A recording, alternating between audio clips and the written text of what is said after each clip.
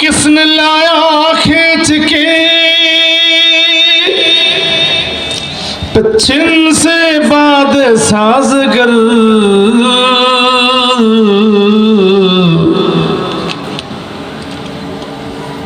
किसने लाया खींच के पश्चिम से बाद साजगर, खाक ये किसका किसका है ये नूरे आफतब, ला इलाहा इल्लल्लाह, ला इलाहा इल्लल्लाह, ला इलाहा इल्लल्लाह, ला इलाहा इल्लल्लाहु मुहम्मदुर रसूलुल्लाह सल्लल्लाहु अलैहि वसल्लम। देवड़ा मदीनातुल उलूम दारुस सुन्नाह মাদ্রাসা হাফেজ ছাত্রদের দস্তারবন্দি উপলক্ষে 15তম বার্ষিক ইসলামী মহাসম্মেলনের সম্মানিত সভাপতি, আমন্ত্রিত হযরত উলামায়ে কেরাম, বেরাদারুল ইসলাম, এলাকার সর্বস্তরের ধর্মপ্রিয় মুসল্লি ভাই সব, পর্দার আড়ালে অবস্থানরত মা ও বোনেরা, আল্লাহ পাকের শুকরিয়া আদায় করছি যিনি আমাদেরকে আজকের এই অত্যন্ত মনোরম পরিবেশে মাদ্রাসার আঙ্গিনে দিনের কিছু কথা জানবার জন্য, বুঝবার জন্য সাধারণ একটি প্যান্ডেলের নিচে আমাদেরকে আসার এবং বসার সুযোগটুকু করে দিয়েছেন। তাই শুকরিয়া আদায় করে বলিষ্ঠ কণ্ঠে পড়ছি আলহামদুলিল্লাহ। প্যারে হাজিরিন, আপনাদের খেদমতে কোরআনে কারীমের ছোট্ট একখানা আয়াত তেলাওয়াত করছি। তারই পাশাপাশি নবী করিম সাল্লাল্লাহু আলাইহি সাল্লামের অসংখ্য অগণিত হাদিস থেকে ছোট্ট একখানা হাদিসও পাঠ করছি। এই আয়াত এবং হাদিসকে সামনে রেখে সংক্ষিপ্ত সময়ে সংক্ষিপ্ত আকারে কয়েকটি কথা উপস্থাপন করার নিয়ত করছি। উপস্থাপিত কথার কোনো দিক আমলের উপযোগী হলে আমি সহ সকলকে আমল করার তৌফিক দান করুক। বর্তমান সময়ে মানুষ মর্যাদার জন্য, ইজ্জতের জন্য পাগলের মতো, উম্মাদের মতো ব্যস্ত। কার থেকে বেশি দাবি হবে, কার থেকে বেশি সম্মানের অধিকারী হবে। কোন সময় মানুষ সম্মানের সার্থকতার পিছনে পড়ে মানুষকে মানুষ হত্যা আর গুম করতেও দ্বিধাবোধ করে না। জরিপ করে এই লোকটা যদি এই এলাকা থাকে আমার মাস্তানিও চলতো না, আমার মর্যাদা বৃদ্ধি পাবে না, কাজে মানুষ আর গুম করে লইলে বা কোনো না কোনোভাবে কারো দিয়ে হত্যা করা লাইলে তখন আমার ব্যক্তিত্বটা ফুটে উঠবে, তখন আমি এই দেশের সেরা একজন লিডার এবং নেতা। যেগুলি এখন বর্তমান সমাজে চলছে। মৌলিকভাবে কোরআন কি বলে, মর্যাদার চাবিকাঠিটা কি? মর্যাদা, সম্মান, ইজ্জত। আমার তেলাওয়াতকৃত আয়াতের মধ্যে আল্লাহ তাআলা দুই ব্যক্তির সম্মানের কথা উল্লেখ করেছেন, দুই দল মানুষের সম্মানের কথা উল্লেখ করেছেন, যাদের মর্যাদা আল্লাহ শুধু বৃদ্ধি করতেই থাকে, করতেই থাকে, করতেই থাকে, অবিরাম তাদের মর্যাদা বৃদ্ধি করতেছেন।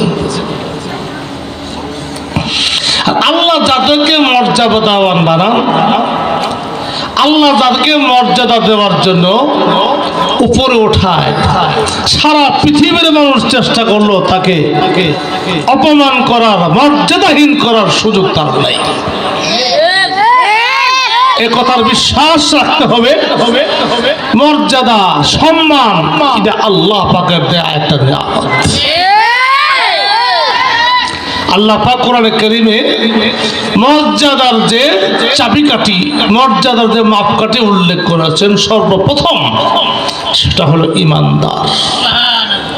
সেটা হলো কোরআন বলেন, ইয়ারফাইল্লাহুল্লাযীনা আমানু মিনকুম ওয়াল্লাযীনা উতুল ইলমা দারাজাত।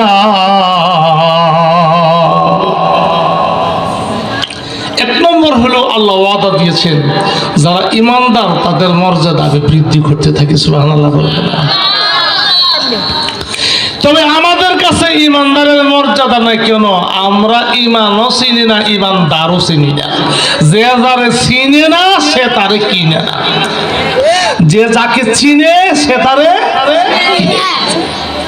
আমরা ইমানদার চিনি না, নিজেই তো ইমানদার হইতে পারছি না।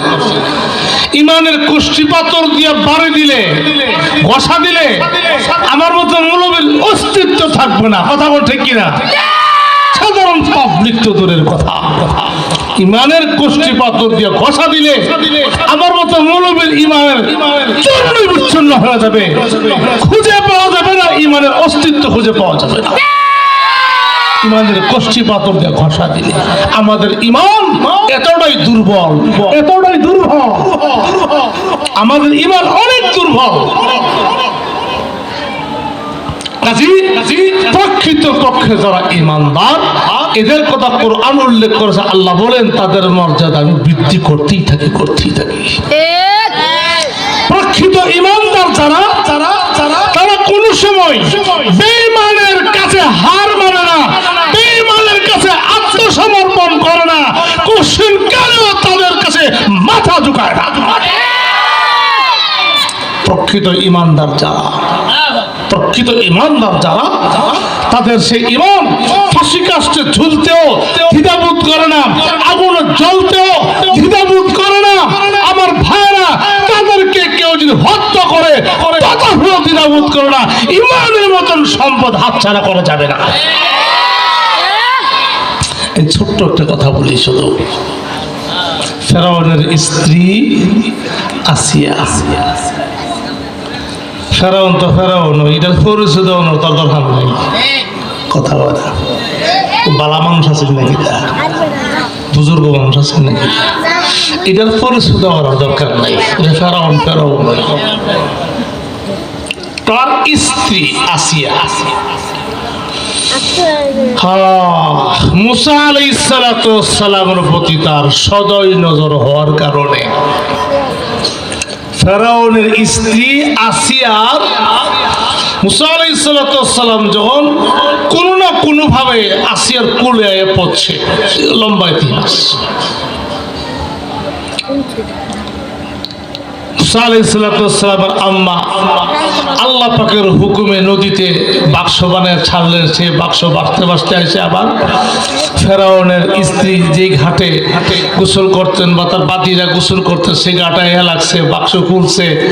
এরপরে শিশুটা খুলে দেখে কত সুন্দর একটা শিশু, এটারে লালন পালন করার জন্য আসিয়া গ্রহণ করছেন। এই যে তার সদয় নজর, মুসা আলাইহিস সালাম তখন তো নবী হয়ে গেছে না, তখন তো শিশু বাচ্চা, জানেও তো না সে ভবিষ্যতে নবী হবে। তার প্রতি যে তার সদয় নজর, ভালোবাসা, স্নেহ, মহব্বত, এর প্রতিদানটা আল্লাহ পাক দিয়েছেন। আল্লাহ তাআলা আসিয়াকে ঈমানের দৌলত আর সম্পদ তাকে আল্লাহ পাক দিয়েছিলেন। ঠিক তেমনি ভাবে ওরাসাতুল আম্বিয়া, আজকের তলাবা আর আগামী দিন হবে ওরাসাতুল আম্বিয়া, আলেম ওলামা তলাবাদের প্রতি যাদের সদয় নজর হবে, আল্লাহ তাআলা তাকে আখিরাতের একটা বিশেষ সম্পদ এবং বিশেষ নিয়ামত আল্লাহ পাক তাকে দান করবে। তো কল্পনা করা যাবে না। আসিয়া তো মুসা আলাইহিস সালাতু ওয়াস সালামকে স্নেহ, মহব্বত, ভালোবাসা, সদয় নজরের কারণে আল্লাহ ঈমানের দৌলত দিয়েছেন। এদিক দিয়ে ফেরাউন দাবি করছে আনা রাব্বুকুমুল আ'লা, আমি হলাম বড় খোদা, বড় রব। তো মিশরবাসী তো তার রব মাইনে নিয়েছে, না মানলে তো নির্যাতন করবে। তার আমলা কামলা যারা ছিল তারা তো রব মেনেই নিছে। পরিশেষে আস্তে আস্তে প্রকাশ পাইছে, আস্তে আস্তে প্রকাশ পাইছে তার স্ত্রী আসিয়া সেই তার স্বামীকে প্রভু মানে না, রব মানে না। তো ফেরাউনের কাছে নালিশ গেছে, আপনি রব দাবি করলেন আর আমরাও আপনাকে মাইনা নিছি, আপনার স্ত্রী তো আপনাকে রব মানে না, আপনার স্ত্রী তো আপনাকে বিশ্বাস করে না, রব বলে বিশ্বাস করে না, তাই নাকি? জিজ্ঞাসাবাদ করো, রিমান্ড মঞ্জুর হয়েছে, যত রকমের শাস্তি আছে সবই চলছে, আমাকে বিশ্বাস করো। তার স্ত্রী কি বলেছে, স্বামী হিসাবে তো 1000 কোটি বার মেনে নিতে পারি, রব আপনাকে মানতে পারি না। রব একমাত্র কে, যিনি আসমান বানাইতে পারে, যে জমিন বানাইতে পারে, চন্দ্র সূর্য যিনি বানাইতে পারে, তিনি হলেন একমাত্র রব, তিনি ছাড়া দুসরা কেউ রব হইতে পারে না। কাজে আমানতু বিরব্বি মুসা ওয়া হারুন, মুসা আর হারুনের রবের প্রতি আমি ঈমান গ্রহণ করছি। এবার শাস্তির পালা, এবার তার উপর আযাবের পালা। যত রকমের শাস্তি আর যত রকমের আযাব হতে পারে শুরু হয়ে গেছে। আসিয়া কি বলছে, একটাই কথা বলছে, আমার গায়ে এক বিন্দু পরিমাণ ব্লাড থাকতে যারে আমার কলবের ভিতরে একবার জায়গা দিছি তারে ভিতর থেকে বের করা সম্ভব নয়। সুবহানাল্লাহ বলেন। আমরা তো কঠিন শাস্তি দেওয়ার আগে থাপ্পড় যদি এইভাবে উঠাইতো, তোর থাপড়া বরং ইমান সার কইলে রাগ, ইমান সারতাছি, থাপ্পড়টা দিস না। কেন? আমাদের ইমান যে দুর্বল। ইমান কি দুর্বল? আল্লাহ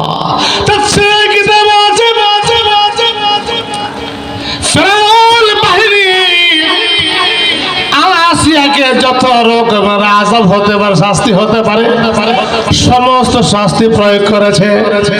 এমনকি তার হাতে পেরাক মেরেছে, পায়ে পেরাক মেরেছে, তার লজ্জাস্থানে পর্যন্ত পেরাক মেরেছে। আমাকে কেন রব মানো না?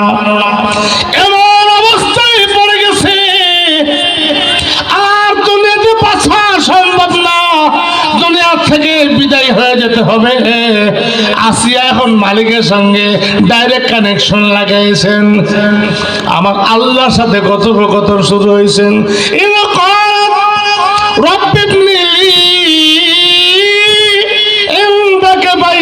ফিল জান্নাতি ওয়া নাজ্জিনি মিন ফিরআউনা ওয়া আমালিহি ওয়া নাজ্জিনি মিনাল কওমিজ জালিমিন।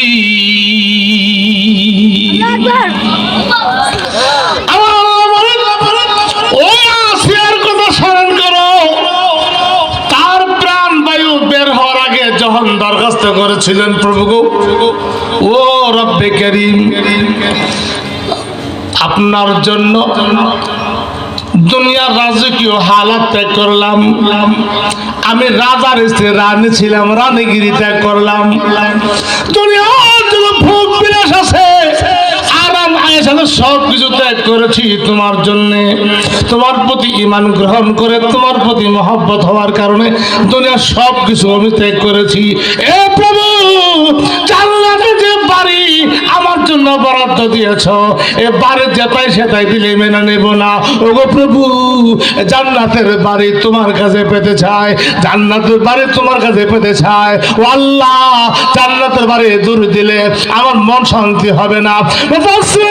লিখেছেন, এই আয়াতের ব্যাখ্যা লিখেছেন, ফেরাউনের স্ত্রীর প্রাণটা যখন বের হয়ে যায়, যখন দুনিয়ার থেকে বিদায় হয়ে যায়, আমার আল্লাহ ফেরাউনের স্ত্রীর সামনে জান্নাতের যে বাড়ি হবে, জান্নাতের যে নাজ নেয়ামত ওরা জান্নাতের বাড়ি হবে, আবার আল্লাহ তাআলা প্রাণটা বের হওয়ার আগে তার সামনে জান্নাতের বাড়ির ক্যাটালগটা ধরে দিছে। জান্নাতের বাড়ি দেখেছি। আসিয়া দুনিয়া থেকে আসার আগেই জান্নাতের বাড়ি দিকে ফেলেছে। সুবহানাল্লাহ বলেন। তাহলে দেখেন, ইমানদার, ইমান কত মজবুত। তার ঈমান কত মজবুত। এমন ঈমান যারা আছে, ইয়ারফাইল্লাহুল্লাযীনা আমানু মিনকুম, এমন পাক্কা ঈমানওয়ালা যারা, তাদের কথা আল্লাহ বলেছেন, তাদের মর্যাদা, তাদের সম্মান আমি আল্লাহ বৃদ্ধি করতেই থাকি। 2 নম্বর মর্যাদা যাদের বৃদ্ধি করি, এরা কারা?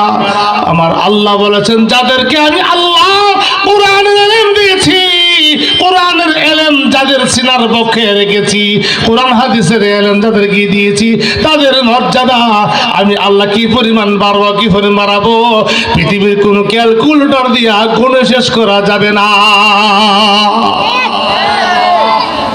ইলমওয়ালার মর্যাদা কত বৃদ্ধি করবেন।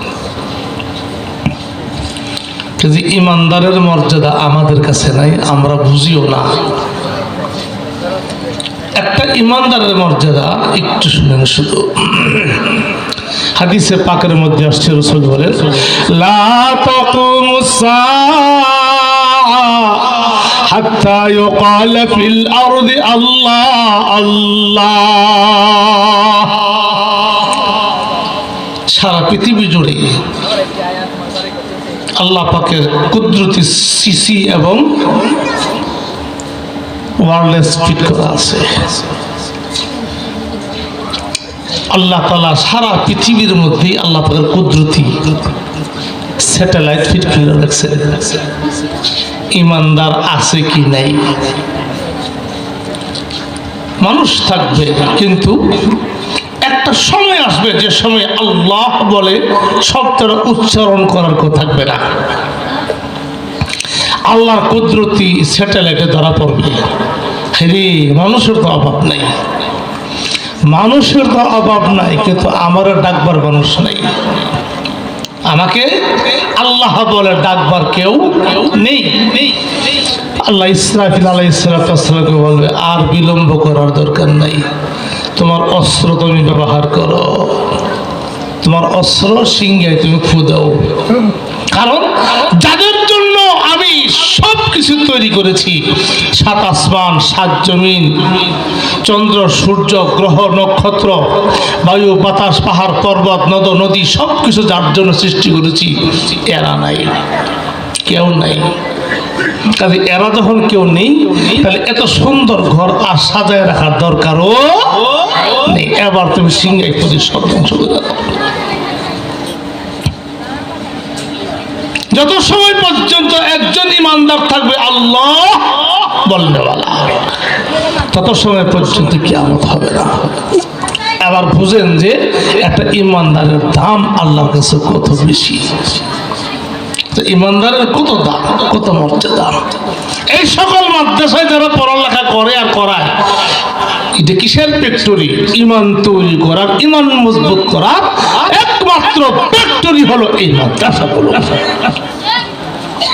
এবং আসমানি ইলম, আসমানি ইলম সিনা বসিনা, এক সিনা থেকে আরেক সিনারে, এক সিনা থেকে আরেক সিনার ভিতরে হস্তান্তর করা, আরেক সিনার ভিতরে আমার ভাই তাকে পাঠানো এবং তাকে ইলমওয়ালা বানানো একমাত্র মাধ্যম আর একমাত্র ফ্যাক্টরি হলো কওমি মাদ্রাসা। প্যারে হাজিরিন, তো আল্লাহ বলেন, ইয়ারফাইল্লাহুল্লাযীনা আমানু মিনকুম ওয়াল্লাযীনা উতুল ইলমা দারাজাত। দ্বিতীয় নম্বর, যাদের মর্যাদা আল্লাহ পাক বৃদ্ধি করবেন, ওরা যাদেরকে আল্লাহ পাক আসমানি ইলম দান করেছে, আল্লাহর পক্ষ থেকে যাদের কলবের ভিতরে আসমানি ইলম দান করা হয়েছে, এদের মর্যাদা আল্লাহ পাক বৃদ্ধি করতেছে। দুনিয়াতেও তাদের মর্যাদা বৃদ্ধি পাবে, পরকাল কবরেও বৃদ্ধি পাবে, হাসরেও বৃদ্ধি পাবে, ফুলসিরাতেও বৃদ্ধি পাবে, জান্নাতেও তাদের সেই মর্যাদা বৃদ্ধি পাবে। এক হাদিসের মধ্যে আসছে, আল্লাহ যেদিন বিচার আসনে বসবেন, কোথায় বসবে? বিচার আসনে বসবেন হাসরের ময়দানে। তো বিচার আসনে বসলে আল্লাহ তাআলা সারা পৃথিবীর উলামা হযরতকে ডাকবেন। কারা ডাকবেন? উলামায়ে কেরামকে ডাকবেন বিচার আসনে বসে। ইন্নাল্লাহ ইযা কা'আদা আলা কুরসিয়্যিহি লিকাদা ইবাদি ইয়াকুলু ইয়া মা'শারাল উলামা ইন্নী লাম আযা ফীকুম ইলমি লিউ'আযিবাকুম ফাযহাবু قد غفرت لكم ولا أبالي। উলামায়ে কেরাম যারা আমাদের চোখের হাল, উলামায়ে কেরাম যারা আমাদের চোখের কানা, উলামায়ে কেরাম যারা আমাদের দুশমন, অনেকে মনে করে সবাই না, কিছু নাস্তিক, মুরতাদ, বেঈমান, গাঞ্জাখোর, ইয়াবাখোর, এরা আলেম উলামা তোলাবার নাম শুনলে হেরা সহ্য হয় না। এমন আছে না নাই? কেন দুশ্মনী রাখে, কেন বিদ্বেষ মনোভাবটা রাখে, এটা না বলে পারছি না। আলেম উলামার নাম শুনলে, বাউনী মাদ্রাসার নাম শুনলে এদের এরকম চুলকানি কেন, অ্যালার্জিটা কেন, এটা না বলে পারছি না, আর বলতে হবে। যত কোরআন সুন্নাহ বিরোধী কর্মকাণ্ড হয়, কোরআন সুন্নাহ যত কর্মকাণ্ড সমাজে হয়, অসামাজিক যত কাজ হয়, সর্বপ্রথম তার প্রতিবাদ আওয়াজটা ওঠে কওমি মাদ্রাসা থেকে, আলেম উলামা থেকে এবং তালাবা থেকে তার প্রতিবাদ শুরু হয়ে যায়। যার কারণে অসামাজিক কাজে যারা জড়িত, নোংরা কাজে যারা জড়িত, ওই সমস্ত লোকদের অ্যালার্জি শুরু হয়ে যায়। কওমি মাদ্রাসার কোন হুজুর কারো মাথার বাড়ি দেয় না এ পর্যন্ত, ছাত্রও না, শিক্ষকও না, ম্যানেজিং কমিটির তারাও না। আপনি পারলে সহযোগিতা করবেন, না পারলে না করবেন, আপনার মাথা কেউ বাড়ি দিচ্ছে, কথা বলেন ঠিক কিনা? এরপরে অ্যালার্জি কেন, চুলকায় কেন? আলেম উলামার নাম শুনে সহ্য হয় না কেন? সহ্য না হওয়ার একটাই, ওপেনলি বোতল খাইতাম, ওপেনলি গাঞ্জা খাইতাম, ওপেনলি ইয়াবা ট্যাবলেট খাইতাম, ওপেনলি এরকম অসামাজিক কাজ করতাম কুকুরের মতো। এই সমস্ত কিছুর প্রথম নম্বর বাধাই হলো কওমি মাদ্রাসা তথা কওমি মাদ্রাসা আলেম উলামা তালাবা ম্যানেজিং কমিটি, কথা বলতে কিনা? এই জন্য এই সমস্ত মাদ্রাসা তথা আলেম উলামা তাদের বিরুদ্ধে আচরণ করে, তাদের কথার নাম শুনলেই তাদের অ্যালার্জি শুরু হয়ে যায়, আর কোনো কারণ না। তো তুমি চুলকাইতে তোমার ক্যান্সার হয়ে যাক, এতে কিছু আসা যায় না।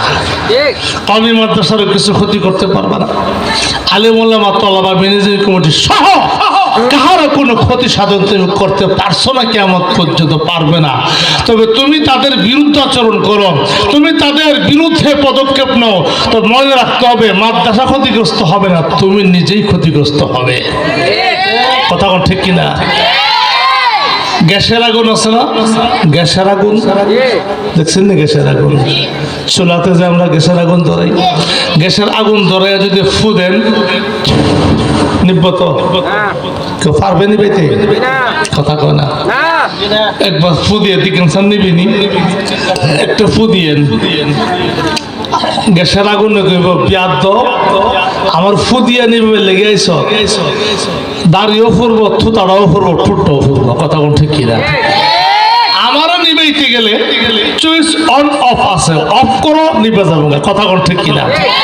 ফুমার তাইছে গেলে ঠিক কওমি মাদ্রাসার উপরে আল্লাহ পাকের কুদরতি হাত আছে, কুদরতি হাত তার উপরে দেওয়া আছে।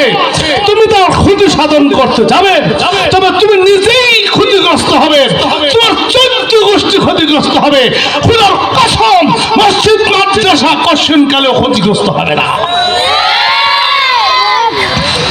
चरागेरा के इज्जत बर फरूसात हरा कर दम जनाद ईशार बसूजात যে বাতি আল্লাহ নিজে জ্বালিয়েছেন সে বাতি যদি কেউ নিবাইবার যায় তো সে নিজেই নিবে যাবে এই বাতি কশিন করে নিবানো যাবে না। কি বলেন ঠিক কিনা? শকুন চিনেন না? শকুন শকুন চিনেন?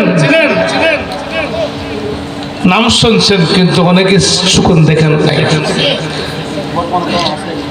শকুন আমার নজর অন্তত 20-30 বছর ভিতরে শকুন দেখি না, আগে ছোট সময় দেখছিলাম।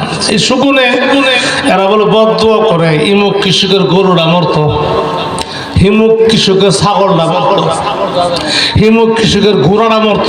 কিল্লিকে মরতো পর্যন্ত কথা কনা। সকালবেলা ব্রেকফাস্ট করবো, দুপুরবেলা হ্যাঁ লাঞ্চ করবো, রাত্রেবেলা ডিনার করবো। কে শকুন। এই পর্যন্ত শকুনের দোয়ায় কি পরিমাণ গরু মরছে বলেন না আপনারা?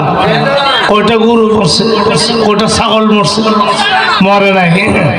আর এমন ভাবে কৃষকের গাবি, কৃষকের গরুর বিরুদ্ধে বদদোয়া করতে করতে করতে করতে হন শকুনের অস্তিত্বই নেই। বুঝেন নাই? কৃষকের গাবি, কৃষকের গরু, ষাঁড়ের বিরুদ্ধে বদদোয়া করতে করতে এখন আমরা দেখি কি সেই শকুনের অস্তিত্ব পর্যন্ত নাই। কৃষকের গাভী ঠিকই আছে, কথা কোন ঠিক না? ঠিক মাদ্রাসার বিরুদ্ধে পদক্ষেপ নেবে, মাদ্রাসার বিরুদ্ধে পায়তারা করবে, মাদ্রাসার বিরুদ্ধে কোন ষড়যন্ত্র করবে, সে একটা সময় আসবে, আমি দেখতেও পারি নাও দেখতে পারি, একটা সময় আসবে তোমার অস্তিত্ব থাকবে না, মাদ্রাসার অস্তিত্ব কিয়ামত পর্যন্ত থাকবে।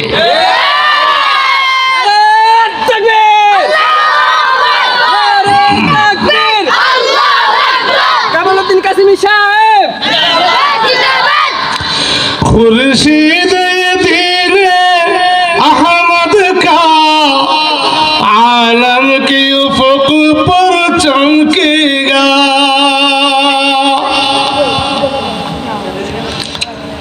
खुर्शीद दीन अहमद का आलम के उफक पर चमकेगा,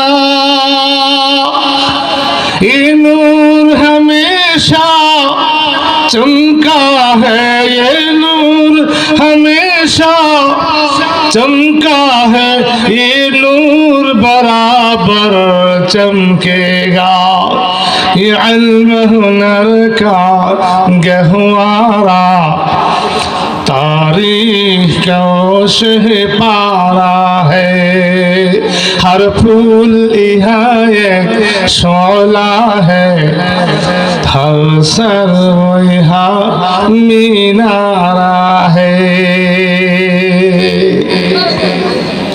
আপনি জানেন না এই সকল মাদ্রাসাগুলো লামসজিদুল উসসিসা আলা তাকওয়ার ব্যবস্থা। একটা মসজিদের গুণ গিয়ে আল্লাহ আয়াত নাযিল করেছিলেন মসজিদে কুবা। সেই মসজিদের কথা বলেছিলেন উসসিসা আলা তাকওয়া। ওই মসজিদ তাকওয়ার ভিত্তিতে তার ফাউন্ডেশন করা হয়েছে। ঠিক তেমনি ভাবে প্রত্যেকটা কওমি মাদ্রাসা তাকওয়ার উপরে তার ফাউন্ডেশন করা হয়েছে। কাজে তুমি দূর থেকে তার যদি ষড়যন্ত্র করো, তার বিরুদ্ধে যদি তুমি কোনো পায়তারা করো, তুমি চলে দশে ধ্বংস হয়ে যাবে, কিন্তু প্রতিষ্ঠান ধ্বংস হবে না। এই মাদ্রাসাটা দেওবন্দ মাদ্রাসার একটা বাচ্চা। কার বাচ্চা? আস্তে কোন কি লিখা শরম লাগে? কার বাচ্চা? হ্যাঁ, দেওবন্দ মাদ্রাসাটা কখন প্রতিষ্ঠিত হয়েছিল একটু শুনেন। দারুল উলুম দেওবন্দ মাদ্রাসা প্রতিষ্ঠা হয়েছে এই দেশ থেকে যখন উলামায়ে দেওবন্দ ইংরেজদেরকে তাড়ালেন। ওলামায়ে দেওবন্দের জুতুর বাড়ি খেয়ে, ঝাড়ু পিটা খেয়ে, লাল চামড়া এবং সাদা চামড়া ওলারা যখন এই দেশ ত্যাগ করেছে, কাসেম নানতবী রাহমাতুল্লাহি আলাইহি চিন্তা করলেন একটা প্রতিষ্ঠানের দরকার। ইমান ইসলাম রক্ষার জন্য একটা দুর্গ তৈরি করা দরকার।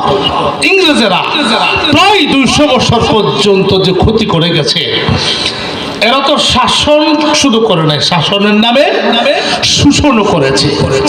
শাসনের নামে শোষণ দুই দিকে করেছে।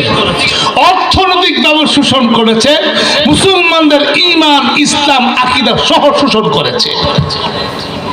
কাসেম নানতুবি রহমতুল্লাহ ভাবলেন, স্বাধীন হলো, ইংরেজদের কবল থেকে দেশ স্বাধীন হলো, আর আমরাও যদি চুপটি করে বসে থাকি, চুপটি করে বসে থাকি, অদূর ভবিষ্যতে জাতির সহি ঈমান, সহি আমল, সহি কোরআন হাদিসের ব্যাখ্যা এদেশে থাকবে না। কারণ লাল চামড়ার সাদা চামড়ার দল বিদায় হলেও কিন্তু কালো কালো ডিম পেরে গেছে। কথা কয় না, কি পেরে গেছে? জি, কালো কালো ডিম পেরে গেছে। এরা চলে গেল, দেখেন না, কেউ কেউ যার ফিতরা ছায়া দেশ ছাড়ছে, কিন্তু এরপরে এদের দূষর আছে না? না আছে, আছে। প্যারে হাজিরিন, চিন্তা করলেন এটা দুর্গ, ইসলামকে রক্ষার জন্য দুর্গ করা দরকার। চিন্তা করতেছেন কিভাবে চলবে, কোথায় করব, কিভাবে চলবে, কিভাবে চলবে, কোথায় করব। কাসেম নানতুবি রাহমাতুল্লাহি আলাইহি স্বপ্নে দেখলেন নবী করিম সাল্লাল্লাহু আলাইহি সাল্লামকে। কাকে বলেন তো? নবী সাল্লাল্লাহু আলাইহি স্বপ্নে দেখলেন নবীজির হাতে এই সুন্নতি একটা লাঠি, এই সুন্নতি লাঠি দিয়ে দাগ দিলেন। যাক চতুর্ভুজ, দাগটা হলো চতুর্ভুজ, 4 কোণা বিশিষ্ট। দাগটা দিয়ে স্বপ্নে কাসেম নানতুবি রাহমাতুল্লাহি আলাইহি কে বললেন, আমি যে দাগটা দিয়েছি এর ভিতরে মাদ্রাসাটা স্থাপন কর। সুবহানাল্লাহ বলবেন না? এই দাগ দেওয়ার কারণে হাজির নাজির হয়ে গেছে, এটা বুঝছেন না। নবীজির প্রতিচ্ছবি ধরে আল্লাহ পাক এই দাগ দেওয়াইতে পারে না? অবশ্যই পারে। আল্লাহ পাক নবী করিম সাল্লাল্লাহু আলাইহি সাল্লামকে স্বপ্নে দেখলেন। স্বপ্নে দেখার পরে উনি রাত তাহাজ্জুদ পড়লেন, জিকির আজকার করলেন, খানকাই মেহনত সবকিছু করলেন। এরপরে সকালবেলা তিনি ওই জায়গাতে গেলেন। স্বপ্নটা দেখলাম, বাস্তবতা কতটুকু? ঠিকই ওই জায়গাতে যাইয়া দেখে দাগ তো ঠিকই পাওয়া গেছে। সুবহানাল্লাহ বলবেন না? এই দাগটা কার হাতের দেওয়া? স্বয়ং নবী করিম সাল্লাল্লাহু আলাইহি সাল্লামের হাতে।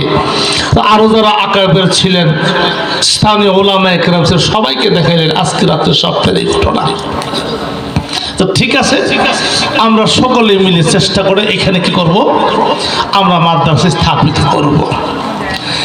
নবী আলাইহিস সালাতু ওয়াস সালামের সেই ইঙ্গিতে, নবীজির সেই কুদরতিভাবে আল্লাহ পাক নবীর হাতে এই দাগটা দেওয়া আছে। এখানে যে মাদ্রাসা হয়েছে, এই মাদ্রাসাটার নাম হলো দারুল উলুম দেওবন্দ মাদ্রাসা। বলেন মাদ্রাসার নাম কি? দারুল উলুম। খুদু সাকে কাফির নে রাখি মাখান কি বুনিয়াদি হা,